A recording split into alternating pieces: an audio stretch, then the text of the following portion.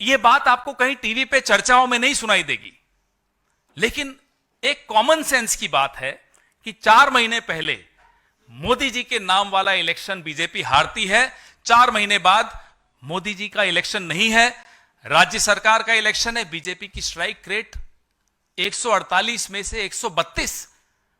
यह strike rate संभव है क्या? अगर यह स्ट्राइक रेट संभव है तो क्या मोदी जी के लिए चिंता का विषय नहीं है? हमने लगातार शिकायतें करी, बीजेपी की एक महिला नेत्री के घर से चुनाव आयोग की वेबसाइट में घुसकर नाम काटे जाने की शिकायत जयराम रमेश जी ने की थी, महाअघाड़ी के सारे नेताओं ने की थी। जवाब नहीं मिला चुनाव आयोग से। इस तरह से क्या हमारा चुनाव, आप लोग कह सकते हैं और कह भी रहे हैं, सोशल मीडिया पर भी कह रहे हैं, मीडिया पर भी कह रहे हैं, अरे साहब झारखंड जीत गए तब तो नहीं बोलते कि चुनावी प्रक्रिया में गड़बड़ है। साहब झारखंड, जम्मू कश्मीर बाई इलेक्शंस, जो असेंबलीज जिनके मैंने नाम लिए, उनको जिताकर वहां लेवल प्लेइंग फील्ड देकर हमें जीतने दिया जाए, ये इस उम्मीद के साथ कि उसके बाद हमारा मुंह महाराष्ट्र में बंद हो जाएगा, माफ कीजिएगा, मुंह बंद नहीं होगा। इसलिए इस पे सवाल हम जीतें या हारें, चुनावी प्रक्रिया पे हम सवाल उठाते रहेंगे। जिस देश में बच्चों के एग्जाम के पेपर लीक हो जाते हैं, वहां हम क्या आंख बंद करके मशीनों पर, आंख बंद करके चुनाव आयोग पर, आंख बंद करके चुनावी प्रक्रिया पर भरोसा कर सकते हैं? आप बताइए। केरला में हम बाय इलेक्शंस में, अभी काउंटिंग कई जगह खत्म नहीं हुई है तो मैं आपको पूरे आंकड़े नहीं दे रहा, लेकिन इस तरह से हमारी झोली में 1 सीट, कहीं 2 सीट ऐसे आई।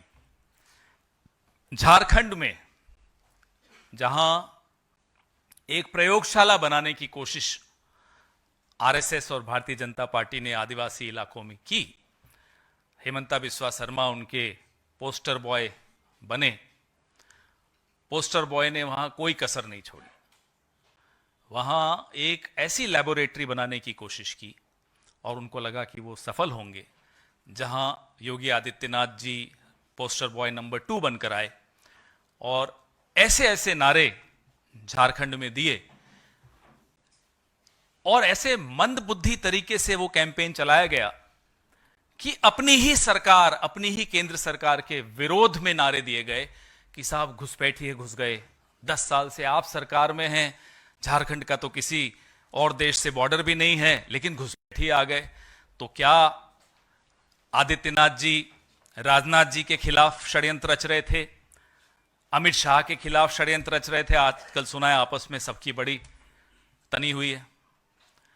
कौन क्या कर रहा था नहीं मालूम, झारखंड के लोगों ने इस तरह की राजनीति को सिरे से ठुकराया और एक काम करने वाली सरकार को फिर से जिताया, अच्छे बहुमत से जिताया। आप में से कई साथी बड़े चिंतित थे, साहब कांग्रेस तो सिंगल डिजिट में रहेगी, ये नहीं हो रहा, वो नहीं हो रहा, और चिंता आपकी मैं समझ सकता हूं। कांग्रेस ने अपनी परफॉर्मेंस वहां बहुत अच्छी तरह से आपके सामने रखी, आपको दिखी। झारखंड में जीत तो अपने आप में खुशी देती है, लेकिन झारखंड में इस तरह की राजनीति हारी, इस बात की खुशी और ज्यादा बढ़ जाती है, जिस राजनीति का भी मैं आपको जिक्र कर रहा था। अब आते हैं हम महाराष्ट्र पे, क्योंकि आप लोग झारखंड कम दिखा रहे हो आज टीवी पे, मैं देख रहा था सुबह से, पता नहीं क्यों, जैसे झारखंड मणिपुर की तरह हिंदुस्तान से बाहर चला गया हो, इसलिए झारखंड पे थोड़ा ज्यादा बोलना चाह रहा था मैं। महाराष्ट्र में जो पैटर्न पिछले कुछ सालों से हमें देखने को मिल रहा है, वो पैटर्न फिर से वहां भी दोहराया गया। आपको मैं एक आंकड़ा देता हूं, चौंकाने वाला आंकड़ा है।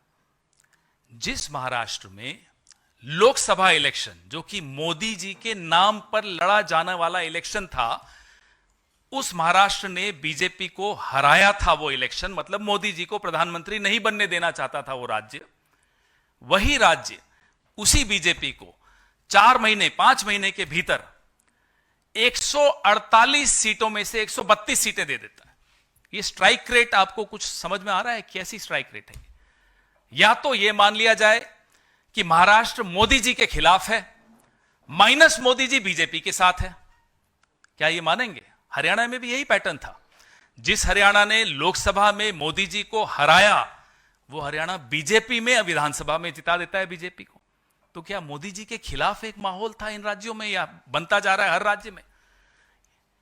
यह बात आपको कहीं टीवी पे चर्चाओं में नहीं सुनाई देगी, लेकिन एक कॉमन सेंस की बात है कि 4 महीने पहले मोदी जी के नाम वाला इलेक्शन बीजेपी हारती है, 4 महीने बाद मोदी जी का इलेक्शन नहीं है, राज्य सरकार का इलेक्शन है, बीजेपी की स्ट्राइक रेट 148 में से 132। यह स्ट्राइक रेट संभव है क्या? अगर यह स्ट्राइक रेट संभव है तो क्या मोदी जी के लिए चिंता का विषय नहीं है कि उनके नाम के चुनाव अब वो हारनी शुरू हो गई पार्टी उनकी? यह सोचने की बात है। खैर, यह उनके लिए है चिंता का विषय।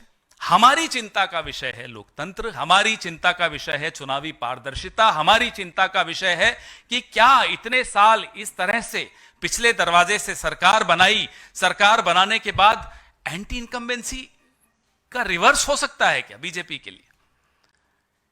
148 में से 132 सीटें ले जा सकती है क्या बीजेपी? तो लोकसभा में क्या हो गया था? हमने लगातार शिकायतें करी बीजेपी की एक महिला नेत्री के घर से चुनाव आयोग की वेबसाइट में घुसकर नाम काटे जाने की शिकायत जयराम रमेश जी ने की थी, महाअघाड़ी के सारे नेताओं ने की थी। जवाब नहीं मिला चुनाव आयोग से। इस तरह से क्या हमारा चुनाव, आप लोग कह सकते हैं और कह भी रहे हैं, सोशल मीडिया पर भी कह रहे हैं, मीडिया पर भी कह रहे हैं, अरे साहब झारखंड जीत गए तब तो नहीं बोलते कि चुनावी प्रक्रिया में गड़बड़ है। साहब, झारखंड, जम्मू कश्मीर, बाई इलेक्शंस, जो असेंबलीज जिनके मैंने नाम लिए, उनको जिताकर वहां लेवल प्लेइंग फील्ड देकर हमें जीतने दिया जाए, ये इस उम्मीद के साथ कि उसके बाद हमारा मुंह महाराष्ट्र में बंद हो जाएगा, माफ कीजिएगा, मुंह बंद नहीं होगा। जहां भारतीय जनता पार्टी को भारी लाभ लेना होता है, वो सारे दांव पेच वहीं खेले जाते हैं, बाकी जगह लेवल प्लेइंग फील्ड चलने दी जाए। जहां लेवल प्लेइंग फील्ड होती है वहां के नतीजे आपके सामने हैं। इसलिए इस पे सवाल हम जीतें या हारें, चुनावी प्रक्रिया पे हम सवाल उठाते रहेंगे। जिस देश में बच्चों के एग्जाम के पेपर लीक हो जाते हैं, वहां हम क्या आंख बंद करके मशीनों पर, आंख बंद करके चुनाव आयोग पर, आंख बंद करके चुनावी प्रक्रिया पर भरोसा कर सकते हैं? आप बताइए। एक पेपर एक राज्य में हमें बता दीजिए पिछले 10 साल में जो लीक नहीं हुआ हो।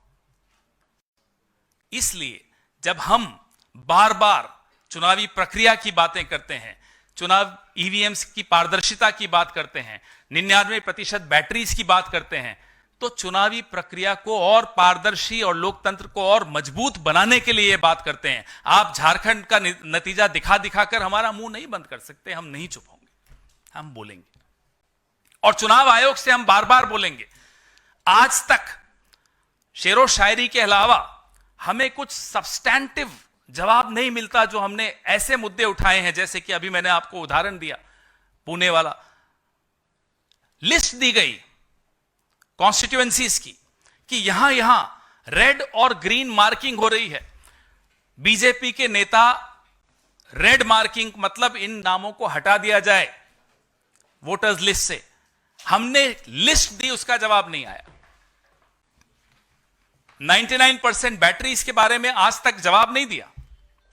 शेरो शायरी जरूर आई, वो भी बड़ी वाहियात प्रकार की शेरो शायरी थी, उसमें भी कोई मनोरंजन नहीं था। तो इस तरह से अगर चुनाव होंगे और बड़ी शातिर तरीके से हमारा मुंह बंद कर दिया जाए, हम लगातार, हरियाणा में भी हमने ये आवाज उठाई कि, हमने ही नहीं, सिविल सोसाइटी, एनजीओज ने उठाई कि ये वोट शेयर कैसे बढ़ गया, वोटिंग परसेंटेज कैसे बढ़ गई। 1 घंटे, 2 घंटे, 3 घंटे, 12 घंटे में बढ़ता चला जा रहा है। चुनाव खत्म होने के बाद ये कैसे हो रहा है? जवाब नहीं आता। आज से 5 साल पहले कभी आपके पास ये मुद्दा भी सामने आया था कि ये परसेंटेज कैसे बढ़ रहा है चुनाव खत्म होने के बाद? रोज हर चुनाव के बाद और काउंटिंग से पहले कहीं ना कहीं आपके ही चैनल्स पे, सोशल मीडिया हैंडल्स पे ये खबरें चलाई जाती हैं, दिखती हैं, वीडियोस दिखाई देते हैं कि बीजेपी के नेता की गाड़ी में ईवीएम मशीन मिली कल नागपुर में, कल रात को, परसों। कोई जवाब नहीं। क्या चुप्पी से चुनाव आयोग अपने आप को, रात की नींद कैसे आती होगी इन लोग? चुप रहना कोई उत्तर होता है क्या?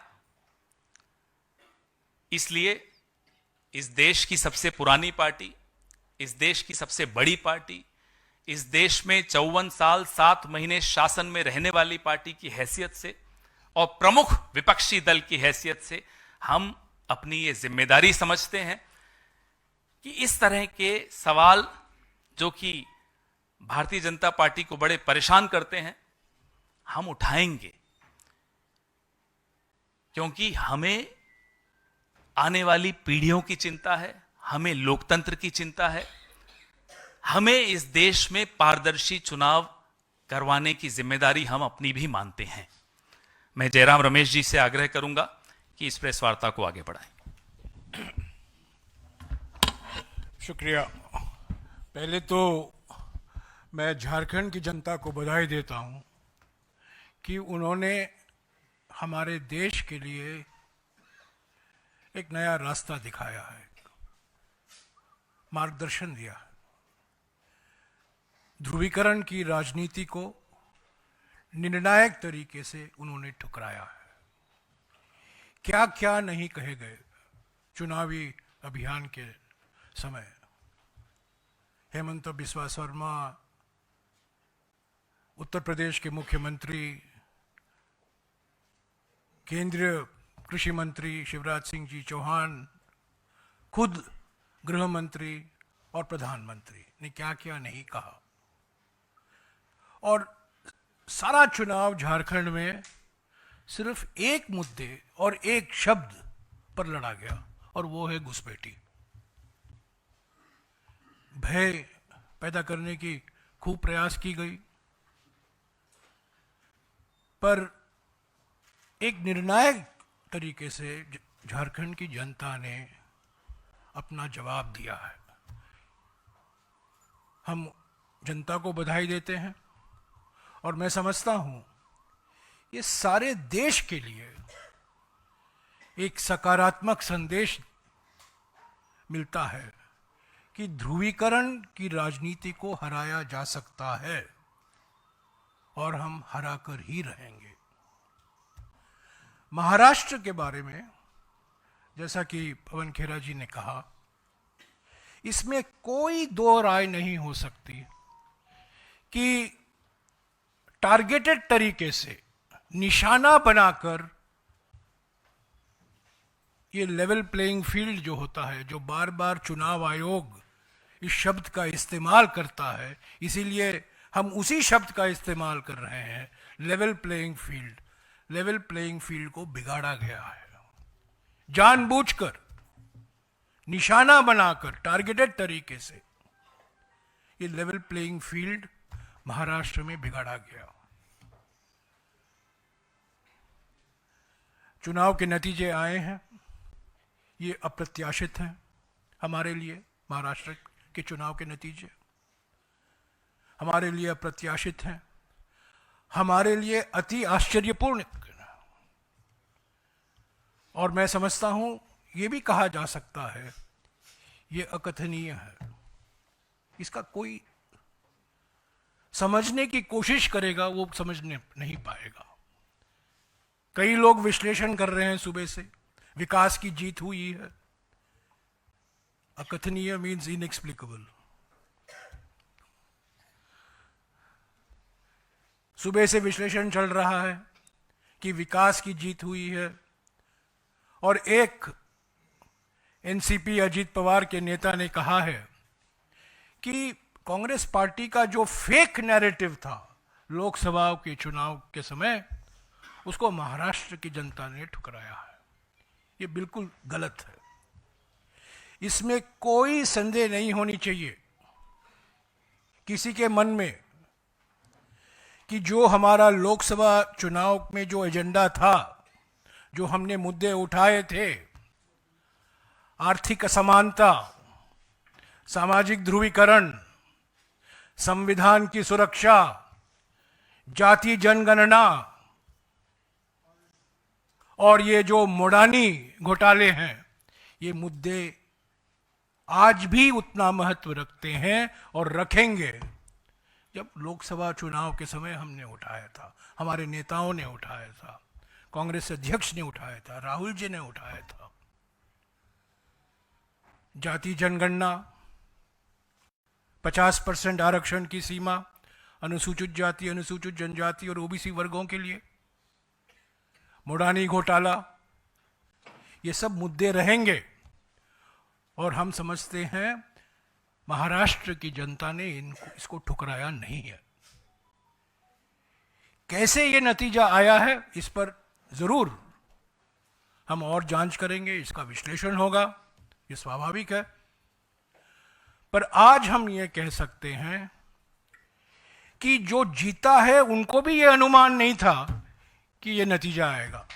हमको तो पहले से ही हम ये मानकर चल रहे थे कि हमें जनादेश मिलेगा, जनता हमारे साथ है, महाराष्ट्र के किसान नाराज हैं, महाराष्ट्र के जो वर्किंग क्लास है उसके सरकार के खिलाफ है।